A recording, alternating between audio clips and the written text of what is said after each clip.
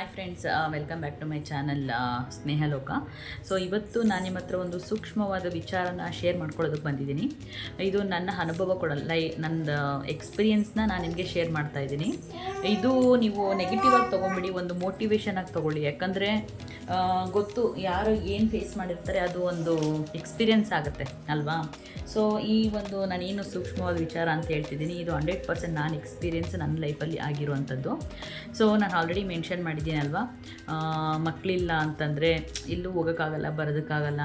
And especially ಅದು ಯಾರು ಹೇಳ್ತಾರೋ ಬಿಡ್ತಾರೋ ಗೊತ್ತಿಲ್ಲ, ನಮ್ಮ ಇಂಟೆನ್ಷನಲ್ಲಿ ನಮ್ಮ ಮೈಂಡ್ ಸೆಟ್ ಫಿಕ್ಸ್ ಆಗಿರುತ್ತೆ, ಹಿಂಗೆ ಹೋಗೋದು ಅನ್ನೋ ಥರ. ಆ್ಯಂಡ್ ನಾನಂತೂ ಒಂದು 3 ಇಯರ್ಸ್ ಏನು ತಲೆ ಕೆಡಿಸ್ಕೊಳ್ಲಿಲ್ಲ. ಆಮೇಲೆ ಒಂದು 3 ಇಯರ್ಸ್ ಆದಮೇಲೆ 5 ಇಯರ್ಸ್ ಏನಿದೆ ಅಲ್ವಾ, ಸೊ ನಂಬಲ್ಲ ನೀವು, ನಾನು ಯಾವುದೇ ಸೀಮಂತ ಕಾರ್ಯಕ್ರಮ ಆಗಲಿ, ಮಕ್ಳದ್ದು ಬರ್ತಡೇ ಆಗಲಿ, ನಾಮಕರಣಕ್ಕಾಗಲಿ ಹೋಗಲಿಲ್ಲ. ಯಾಕಂದರೆ ನನಗೆ ಮನಸ್ಸಲ್ಲಿ ಬಂದ್ಬಿಡ್ತು, ಯಾರು ನನಗೆ ಗೊತ್ತಿರೋರು ತುಂಬ ಪ್ರೀತಿಯಿಂದ ಕರೆದಿರ್ತಾರೆ, ಇನ್ವೈಟ್ ಮಾಡಿರ್ತಾರೆ, ಸರಿ. ಅದರಲ್ಲಿ ಯಾರಾದರೂ ಒಬ್ಬರು ನನಗೆ ಇವ್ರ ಹತ್ರ ಮುಟ್ಟಿಸ್ಬೇಡ, ಆಮೇಲೆ ಸುಮ್ಮನೆ ಏನಕ್ಕೆ ನೀವು ಆರತಿ ಮಾಡಿ, ಈ ಥರದ್ದೆಲ್ಲ ಬಂದರೆ ನಾವು ಇಂಟೆನ್ಷನಲಿ ಅವರು ಹೇಳ್ತಾರೆ ಅನ್ನೋದು ಬೇಡ. ಬಟ್ ಆ ಥರ ಅಂದಾಗ ತುಂಬ ಹರ್ಟ್ ಆಗುತ್ತಲ್ವ. ಸೊ ಯಾಕೆ ಬೇಕು ಅಂತ ಅಂದ್ಕೊಂಡು ನಾನು ಸುಮ್ಮನೆ ಅದ್ದೆ. ಆಮೇಲೆ ಇನ್ನೊಂದು ಫ್ರೆಂಡ್ಸ್, ಯಾರು ಮಕ್ಕಳಿಲ್ಲ ಅಂತ ಅಂದ್ಕೊತೀವಿ, ಪ್ರಪಂಚದಲ್ಲಿ ನಾವೊಬ್ಬರೇ ಅಲ್ಲ, ಸುಮಾರು ಜನ ನಮ್ಮ ಥರ ಇರ್ತಾರೆ. ನಾವು ಅದಕ್ಕೆ ರೈಟ್ ಟೈಮಲ್ಲಿ ಒಂದು ರೈಟ್ ಟ್ರೀಟ್ಮೆಂಟ್ ಆಗಿರ್ಬೋದು, ಇನ್ನೊಂದಾಗಲಿ ತೊಗೊಬೇಕು. ಏನು ಪ್ರಾಬ್ಲಮ್ ಇದೆ ಒಂದು ಸರ್ತಿ ಚೆಕ್ ಮಾಡಿಸ್ಕೊಬೇಕು. ನನ್ನ ಎಕ್ಸ್ಪೀರಿಯೆನ್ಸ್ ನಾನು ಶೇರ್ ಮಾಡ್ತಾ ಇರೋದು. ಸೊ ನೀವು ಯಾವ ಥರ ತಗೊಳ್ತೀರ ಅದು ನಿಮಗೆ ಬಿಟ್ಟಿದ್ದು. ಬಟ್ ನಾನು ಒಂದು ಇನ್ಫಾರ್ಮೇಷನ್ ಆಗಲಿ, ಒಂದು ಏನು ಮೋಟಿವೇಶನ್ ಆಗಲಿ ಕೊಡ್ತಾ ಇರೋದೇನಪ್ಪ ಅಂತಂದರೆ, ಯಾರನ್ನು ಕೂಡ ತಲೆ ಕೆಡಿಸ್ಕೊಳ್ಳೋದು ಬೇಡ. ಭಗವಂತ ನಮ್ಮ ಮನೆಯಲ್ಲಿ ಏನು ಬರೆದಿರ್ತಾನೆ ಅದಾಗಲೇಬೇಕಲ್ವ. ಸೊ ಹಾಗಾಗಿ ನಾವಂತೂ ಪ್ರಯತ್ನ ಪಡಬೇಕು. ಸೊ ಫೈನಲ್ ರಿಸಲ್ಟು ದೇವ್ರ ಹತ್ರ ಬಿಡಬೇಕು.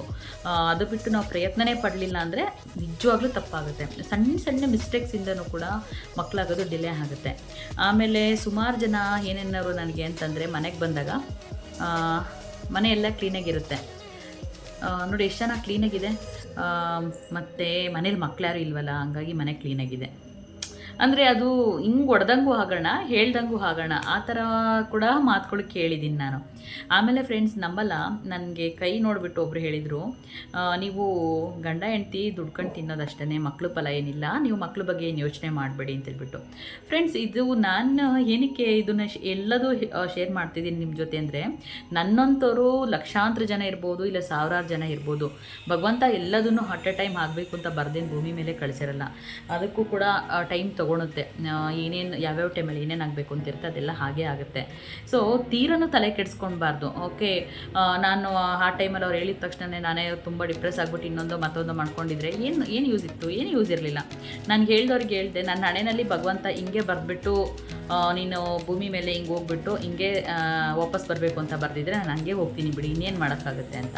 ಇನ್ನು ಕೆಲವ್ರು ಹೇಳಿದ್ರು, ಇಷ್ಟು ವರ್ಷ ಆಯ್ತಲ್ಲ, ಆಗಲ್ಲ ಅನಿಸುತ್ತೆ, ಒಂದು ಕೆಲಸ ಮಾಡಿ, ಯಾವ್ದಾರ ಮಗುನ ಮಡ್ಲಿಗೆ ಹಾಕಿಸ್ಕೊಂಬಿಡಿ, ದತ್ತು ತೊಗೊಂಬಿಡಿ ಅಂತ ಅಂದರು. ನನಗೆ ಅನ್ನಿಸ್ತು, ನನ್ನ ಲೈಫಲ್ಲಿ ಭಗವಂತ ಈ ಥರ ಬರೆದ ಮೇಲೆ ನಾನು ಯಾಕೆ ಇನ್ನೊಂದು ಮಗುಗೆ ಆಸೆ ಪಡೋಣ? ಓಕೆ, ಪ್ರೀತಿ ವಿಶ್ವಾಸ ನನ್ನ ತಂಗಿ ಮಕ್ಕಳು, ಅಕ್ಕನ ಮಕ್ಕಳು ಸುಮಾರು ಜನ ಇದ್ದಾರೆ, ಕೊಡೋಣ. ಸೊ ನಂದು ಅನ್ನೋದೇ ಯಾಕೆ ಬೇಕು? ನನಗೆ ನನ್ನ ಲೈಫಲ್ಲಿ ನನ್ನ ಎಕ್ಸ್ಪೀರಿಯೆನ್ಸ್ ಬೇಕಾಗಿರೋದು, ನಂದು ಅಂತ ಒಂದು ಮಗು ಬೇಕು, ಆ ಎಕ್ಸ್ಪೀರಿಯೆನ್ಸ್ ನನಗಾಗಬೇಕು, ನನ್ನ ಹೊಟ್ಟೆಲಿ ಹುಟ್ಟಬೇಕು. ಈ ಥರದ್ದೆಲ್ಲ ತಲೆನಲ್ಲಿ ಇರಬೇಕಾದ್ರೆ ಇಲ್ಲ, ಯಾವುದೇ ಕಾರಣಕ್ಕೂ ನನ್ನ ಮಕ್ಕಳಿಲ್ಲ ಅಂತ ಹಂಗೆ ಸತ್ರು ಪರವಾಗಿಲ್ಲ, ಪ್ರೀತಿ ವಿಶ್ವಾಸ ಕೊಡೋಣ, ನಂದು ಅಂತ ತೊಗೊಬಂದು ಸಾಕಿ. ಹೊಟ್ಟೆಲಿ ಹುಟ್ಟಿದ ಮಕ್ಕಳೇ ಇವತ್ತು ಆಗಲ್ಲ.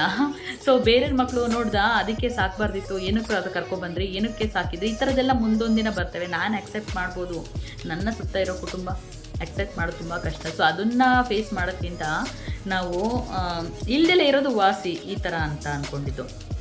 ಆಮೇಲೆ ನನಗೆ ನಂಬಲ್ಲ ಫ್ರೆಂಡ್ಸ್, ಸುಮಾರು ಜನ ಏನೇನು ಎಲ್ಲೆಲ್ಲಿಗೆ ಹೇಳಿದರು, ಯಾವ್ಯಾವ ಟೆಂಪಲ್ಗೆ ಹೇಳಿದರು, ಯಾವ್ಯಾವ್ದು ಹಾಸ್ಪಿಟ್ಲ್ ಹೇಳಿದರು, ಎಲ್ಲ ಕಡೆಗೂ ಹೋದೆ. ಸೊ ಸುಮಾರು ದುಡ್ಡು ಕೂಡ ಖರ್ಚು ಮಾಡಿದೆ. ಫೈನಲಿ ನಾನು ನಿಮಗೆ ಹೇಳ್ತಿರೋ ಉದ್ದೇಶ ಏನು ಅಂತಂದರೆ, ನಾವು ಹಾಸ್ಪಿಟ್ಲಿಗೆ ಹೋದಾಗ ಗೊತ್ತಾಗುತ್ತೆ, ನಮ್ಮ ಥರದವರು ಸಾವಿರಾರು ಜನ ಇರ್ತಾರೆ. ಸೊ ಯಾವುದಕ್ಕೂ ತಲೆ ಕೆಡಿಸ್ಕೋಬೇಡಿ. ಸಣ್ಣ ಸಣ್ಣ ಮಿಸ್ಟೇಕ್ಸಿಂದ ಮಕ್ಕಳಾಗಿರಲ್ಲ, ಸೊ ಅದನ್ನೇ ಸರಿಪಡಿಸ್ಕೊಡಿ. ಆಮೇಲೆ ತೀರನ್ನುವ ಏನು ಮೈಂಡಿಗೆ ಯಾರಾದರೂ ಅಂದ ತಕ್ಷಣ ತೊಗೊಬೇಡಿ. ಆಮೇಲೆ ಅದರಿಂದ ತುಂಬ ಜನ ಹೆಚ್ಚು ಕಡಿಮೆ ಮಾಡ್ಕೊಂಡಿರೋದು ಉಂಟು. ಆಮೇಲೆ ಏನು ಇನ್ನೊಂದು ನನ್ನ ಫ್ರೆಂಡ್ ಒಬ್ಬರು ಏನಾಯಿತು ಅಂತಂದರೆ, ಅವರು ಮುಸ್ಲಿಮ್ ಆ್ಯಕ್ಚುಲಿ. ಯೂಶ್ವಲಿ ಮಕ್ಕಳು ಬೇಕು ಅಂತ ಎಕ್ಸ್ಪೆಕ್ಟೇಷನ್ ಇದ್ದೇ ಇರುತ್ತೆ. ಆಗಿಲ್ಲ ಅಂತೇಳ್ಬಿಟ್ಟು ತನ್ನ ಗಂಡಗೆ ಇನ್ನೊಂದು ಮದುವೆ ಮಾಡಿದರು. ಅದು ನಾನು ಮದುವೆ ಆಗಿ ವಸ್ತು ಅವ್ರಿಗೆ ಆಲ್ರೆಡಿ ಮದುವೆ ಆಗಿ 8 ವರ್ಷ ಆಗಿತ್ತು. ಫ್ರೆಂಡ್ಸ್, ಇಲ್ಲಿ ನಾನು ಹೇಳ್ತಿರೋದೇನು ಅಂದರೆ ಸ್ವಲ್ಪ ದಿನ ಕಾಯ್ಬೋದಲ್ಲ, ಪ್ರಾಬ್ಲಮ್ ಹೆಣ್ಮಕ್ಳಿಗೆ ಇರುತ್ತೆ ಅಂತ ಯಾಕೆ ಅನ್ಕೊತೀರಾ, ಗಂಡ್ಮಕ್ಳಿಗೂ ಇರ್ಬೋದಲ್ವಾ. ಸೊ ಅದನ್ನು ಕೂಡ ನೋಡಿ ಚೆಕ್ ಮಾಡಿಸ್ಕೊಂಡು ಸರಿ ಮಾಡಿಸ್ಕೊಬೋದಲ್ವಾ. ಸೊ ಫೈನಲಿ ಫ್ರೆಂಡ್ಸ್, ಈ ಥರ ಒಂದು ಏನಿದೆ ಮೂಢನಂಬಿಕೆಗಳು. ಆಮೇಲೆ ಇನ್ನೊಂದು ಗೊತ್ತಿಲ್ಲ ಫ್ರೆಂಡ್ಸ್, ನಾನು ಇನ್ನೊಂದು ಶೇರ್ ಮಾಡ್ಕೋಬೇಕು ಅಂತಿದ್ದೆ. ಇನ್ನು ಕೆಲವರು ಏನಂತಂದರು ಅಂದರೆ, ಏನು ನಾಗರದೋಷ ಇರುತ್ತೆ, ಸುಟ್ಕೆ ಹಾಕ್ಸಿದ್ರೆ ಏನು ನರಗಳೆಲ್ಲ ಕಾಣಿಸ್ತಾ ಇರುತ್ತೆ ಮೈಯಲ್ಲಿ ಕಾಲಲ್ಲೆಲ್ಲ. ಸೊ ಅದನ್ನು ಚೆಕ್ ಮಾಡಿಸಿ ಹಾಕಿಸಿ ಅದು ಹೋದರೆ ಮಕ್ಕಳಾಗುತ್ತೆ ಅಂತ. ನಂಬಲ್ಲ ಫ್ರೆಂಡ್ಸ್, ನನ್ನ ಕಣ್ಣು ಮುಂದೆನೇ ಒಂದು ತಂತಿ ರೌಂಡಕ್ಕಿತ್ತು. ಅದನ್ನು ಅರಣ್ಯ ದಿಪ್ಪದಲ್ಲಿ ಸುಮಾರು ಒಂದು ಅರ್ಧ ಗಂಟೆ ಕಾಯಿಸಿದ್ರು. ಅದು ಫುಲ್ಲು ರೆಡ್ ಆಗುತ್ತೆ ನೋಡಿ, ಒಂಥರ ರವ ರವ ರವ ರವ ಬೆಳೀತಾ ಇರುತ್ತೆ. ಸೊ ಅಲ್ಲಿ ತನಕ ಕಾಯಿಸ್ಬಿಟ್ಟು ಇಲ್ಲಿಗೆಲ್ಲ ನನಗೆ ಸುಟ್ಕೆ ಹಾಕಿದ್ರು. ಒಂದು 5 ಸುಟ್ಕೆ ಇಲ್ಲಿಗೆ, ಒಂದು 5-6 ಸುಟ್ಕೆ ಕಾಲಿಗೆ ಎಲ್ಲ. ಸೊ ಈ ಥರದ್ದೆಲ್ಲ ನಾನು ಫೇಸ್ ಮಾಡ್ಕೊಂಡು ಬಂದಿದ್ದೀನಿ. ಆಮೇಲೆ ಅದೆಲ್ಲ ನಂಬೇಡಿ ಅಂತ ನಾನು ಹೇಳ್ತಾ ಇಲ್ಲ, ನಂಬಿ ಅದು ಲಿಮಿಟಾಗಿ ನಂಬಿ, ತೀರ ನನ್ನಷ್ಟು ನಂಬಕ್ಕೆ ಹೋಗ್ಬೇಡಿ. ಆದಷ್ಟು ಮ್ಯಾಕ್ಸಿಮಮ್ಮು ಒಂದೊಳ್ಳೆ ಹಾಸ್ಪಿಟಲ್ ನೋಡಿ. ಆ್ಯಂಡ್ ನನ್ನ ವಿಡಿಯೋಸು ಯಾರಿಗೆಲ್ಲ ರೀಚ್ ಆಗುತ್ತೆ, ನಂತರ ಪ್ರಾಬ್ಲಮ್ ಯಾರ್ಯಾರೆಲ್ಲ ಫೇಸ್ ಮಾಡಿದ್ದೀರಾ, ನಿಮಗೆ ರೀಚ್ ಆದಾಗ ಕಮೆಂಟ್ಸ್ ಹಾಕಿ, ನೀವು ಎಲ್ಲಿ ತೋರಿಸಿದ್ರಿ, ಏನು ಮಾಡಿದ್ರಿ, ಹೇಗಾಯಿತು ಅಂತೇಳ್ಬಿಟ್ಟು.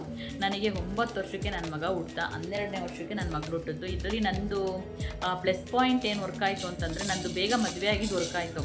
ಅಂದರೆ 21 ಇಯರ್ಸ್ಗೆ ಮದುವೆ ಆದಮೇಲೆ 9 ವರ್ಷ ಅಂದರೆ 29 ವರ್ಷಕ್ಕೆ ನನ್ನ ಮಗ ಹುಡ್ತಾ, 32 ವರ್ಷಕ್ಕೆ ನನ್ನ ಮಗಳು ಹುಟ್ಟಿದ್ದು. ಅಂದರೆ ನನಗೆ ಇದು ತುಂಬ ಡಿಫ್ರೆನ್ಸ್ ಅಂತ ಅನ್ನಿಸ್ಲಿಲ್ಲ. ಸೊ ಇವಾಗೆಲ್ಲ ಮದುವೆ ಆಗೋರೆ 26-27 ವರ್ಷಕ್ಕೆ ಮದುವೆ ಆಗ್ತಾರೆ. ಒಂದು 2-3 ವರ್ಷ ಪ್ಲ್ಯಾನಿಂಗ್ ಅಂದ್ರೂ ಒಂದು 30 ವರ್ಷಕ್ಕಂತೂ ಆಗುತ್ತೆ. ಸೊ ಏಜ್ ಡಿಫ್ರೆನ್ಸ್ ನನಗೆ ಮುಂಚೆನೇ ಆಗಿದ್ದಿದ್ರೆ ಇಷ್ಟೊತ್ತಿಗೆ ಮಕ್ಕಳು 5th ಸ್ಟ್ಯಾಂಡರ್ಡು 4th ಸ್ಟ್ಯಾಂಡರ್ಡ್ ಈ ಥರ ಇರೋರು. ಸೊ ಇವಾಗ ಓಕೆ, ನೋ ಪ್ರಾಬ್ಲಮ್, ಅಟ್ಲೀಸ್ಟ್ ಭಗವಂತ ಕೊಟ್ಟನ ಅನ್ನೋದೇ ಒಂದು ಖುಷಿ ಇದೆ ನನಗೆ. ಸೊ ಸುಮಾರು ಜನ ತುಂಬ ಏಜ್ ಆದರೂ ಕೂಡ ಮಕ್ಕಳು ಬೇಕು ಅಂತಲೂ ಹೋಗ್ತಿರ್ತಾರೆ. ಸೊ ತಪ್ಪಿಲ್ಲ ಫ್ರೆಂಡ್ಸ್, ಯಾವುದೇ ಕಾರಣಕ್ಕೂ ಯಾವುದೂ ತಪ್ಪಿಲ್ಲ. ಎಲ್ಲರಿಗೂ ಮಕ್ಕಳು ಹಂಬಲ ಇರಬೇಕು ಅನ್ನೋದು ಒಂದು ಮನಸ್ಸಲ್ಲಿ ಇದ್ದೇ ಇರುತ್ತೆ. ಆ ಭಗವಂತ ಎಲ್ರಿಗೂ ಕೂಡ ಆಸೆ ಈಡೇರಿಸ್ತಾನೆ. ಆ್ಯಂಡ್ ಪ್ರಯತ್ನ ಪಟ್ಟರೆ ಮುಂದೊಂದು ದಿನ ಯಾವತ್ತಾದರೂ ಫಲ ಇದ್ದೇ ಇರುತ್ತೆ. ಸೊ ಹಂಗಾಗಿ ಮ್ಯಾಕ್ಸಿಮಮ್ ದೇವ್ರನ್ನೂ ನಂಬಿ, ಹಾಸ್ಪಿಟಲ್ನೂ ನಂಬಿ, ಹಾಗೆ ಯಾರಿಗೆಲ್ಲ ರೀಚ್ ಆಗುತ್ತೆ ನನ್ನ ವಿಡಿಯೋಸು. ಸೊ ನಂತರ ಪ್ರಾಬ್ಲಮ್ಸ್ ಯಾರೆಲ್ಲ ಫೇಸ್ ಮಾಡಿದ್ರಿ ಕಮೆಂಟ್ ಹಾಕಿ, ನೀವು ಯಾವ ಹಾಸ್ಪಿಟ್ಲಲ್ಲಿ ತೋರಿಸಿದ್ರಿ ಅಂತ. ನಾನು ಬ್ಯಾಂಗ್ಳೂರು ರಾಜಾಜಿನಗರಲ್ಲಿ ತೋರಿಸಿದ್ದು, ಯಾವ ಹಾಸ್ಪಿಟ್ಲು ಅಂತ ನಾನು ಹೇಳ್ತೀನಿ. ಸಪ್ರೇಟ್ ಬೇಕಾದ್ರೆ ಒಂದು ವಿಡಿಯೋ ಕೂಡ ಮಾಡಾಕ್ತೀನಿ, ಯಾವ ಥರ ಟ್ರೀಟ್ಮೆಂಟ್ ಇತ್ತು, ನನಗೆ ಯಾವುದೋ ಥರ ಟ್ರೀಟ್ಮೆಂಟ್ ಕೊಟ್ಟರು ಅಂತ ಹೇಳ್ಬಿಟ್ಟು. ಬಟ್ 100% ಅಂತೂ ನನಗೆ 100ಅಲ್ಲಿ ಒಂದು 30-40% ಅಷ್ಟೇ ನಂಬಿಕೆ ಇದ್ದಿದ್ದು ಬಿಫೋರು. ಅಲ್ಲಿ ಆಗಿದ್ದು ನೋಡಿ, ಮತ್ತು ಬೇರೆಯವರೆಲ್ಲ ಟ್ರೀಟ್ಮೆಂಟ್ ತೊಗೊಂಡು ಅವರಿಗೆ ಮಕ್ಕಳಾಗಿದ್ದು ನೋಡಿ ನನಗೂ ಗ್ಯಾರಂಟಿ ಆಗುತ್ತೆ ಅನ್ನೋ ಒಂದು ಕಾನ್ಫಿಡೆನ್ಸ್ ಅಂತೂ ಬಂತು. ಸೊ ಅದಾದಮೇಲೆ ನಾನು 1 ವರ್ಷ ಟ್ರೀಟ್ಮೆಂಟ್ ತೊಗೊಂಡೆ. ಸೊ ಮಗ ಬಂದ, ಅದಾದಮೇಲೆ ಮಗಳು ಕನ್ಸೀವ್ ಆಗಿದ್ದೆ ಗೊತ್ತಾಗಿರಲಿಲ್ಲ, ಯಾಕಂದರೆ ಅವನಿಗೆ ಫೀಡಿಂಗ್ ಇದ್ದಿದ್ದರಿಂದ. ಸೊ ಸ್ವಲ್ಪ ಇರೆಗ್ಯುಲರ್ ಎಲ್ಲ ಇತ್ತು. ಸೊ ಹಂಗಾಗಿ ಇವಳಿಗೆ 3-4 ಮಂತ್ಸ್ ಆದರೂ ನನಗೆ ಗೊತ್ತಾಗಲಿಲ್ಲ. ಸೊ ಎಕ್ಸಾಕ್ಟ್ ಒಂದು 2.5 ಇಯರ್ಸ್ಗೆ ಮಗಳು ಕೂಡ ಬಂದು. ಹಣೆಯಲ್ಲಿ ಭಗವಂತ ಏನೇನು ಬರ್ದು ಕಳಿಸಿರುತ್ತೆ, ನಾನು ನಡಿಲೇಬೇಕು, ಆಗಲೇಬೇಕು. ಸೊ ಯಾರು ಕೂಡ ಡಿಸಪಾಯಿಂಟ್ ಆಗಿಬಿಡಿ. ಸೊ ಈ ವಿಚಾರದಲ್ಲಿ ಸ್ವಲ್ಪ ತಾಳ್ಮೆ ಅಂತೂ ಕಳ್ಕೊಂಡ್ಬಿಡಿ, ಬೇರೆ ಮಾತೆ ಕಿವಿ ಕೊಡಬೇಡಿ. ಸೊ ಈ ವಿಡಿಯೋ ನಿಮ್ಗೆಲ್ರಿಗೂ ಇಷ್ಟ ಆಯಿತು ಅಂತ ಅಂದ್ಕೊಳ್ತೀನಿ. ಇಷ್ಟ ಆದರೆ ಒಂದು ಲೈಕ್ ಕೊಡಿ, ಸಪೋರ್ಟ್ ಮಾಡಿ. ನೆಕ್ಸ್ಟ್ ವಿಡಿಯೋ ನಿಮಗೆ ಶೇರ್ ಮಾಡ್ಕೊಡೋದಕ್ಕೆ ನನಗೂ ಕೂಡ ಖುಷಿ ಆಗುತ್ತೆ. ಆ್ಯಂಡ್ ಕಮೆಂಟ್ ಹಾಕಿದ್ರೆ ಗ್ಯಾರಂಟಿ ನಾನು ಯಾವ ಹಾಸ್ಪಿಟ್ಲು, ಏನು, ಡಾಕ್ಟ್ರ್ ಯಾರು ಅಂತ ಖಂಡಿತ ಪೂರ್ತಿ ಇನ್ಫಾರ್ಮೇಷನ್ ಕೊಡ್ತೀನಿ ಫ್ರೆಂಡ್ಸ್. ಓಕೆನಾ?